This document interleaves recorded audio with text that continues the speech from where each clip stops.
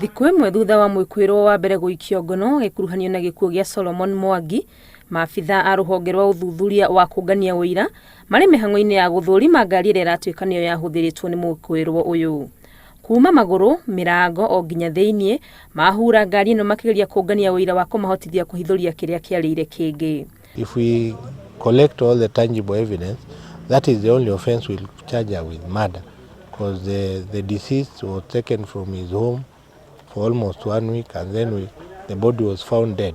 Kũringana na abitha ũyũ nĩ makoretwo makĩũria Jane ciũria kuma rĩrĩa mũthuriwe orire no ũhoro ũrĩa aheanĩte ti mũrũngĩrĩru. Ũhoro wa kũũra kwa mũrutani mũnene wa cukuru ũyũ wa anake wa Keru ũrĩa ũracokire kuonekana ũragĩtwo na njĩra ya ũnyamũ ũrerĩkana wambĩrĩirie gũkũ cukuru-inĩ ĩno ũgĩtuĩka nĩ kuma umĩte na mũtumia wake ũrĩa rĩu nĩwe mwĩkũĩrwo mũnene cira-inĩ ũyũ.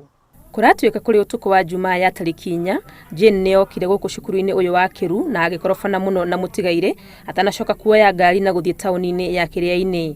Gũkũ arerĩkana nĩ onekanire marĩ na andũ angĩ ngari-inĩ atanacoka gũcoka cukuru kũrĩ ta thaa 8 cia ũtukũ. Gwakia Jumamothi nĩ maumire na mũthuriwe na magĩthiĩ, na Jane akiuga macokire gũtigana kiumia mauma Juja handũ mũthuri wake athiĩte kũmuonia buroti arabanga kũgũra, no hĩndĩ ĩno maratuĩka marĩ na ngari ngũrani.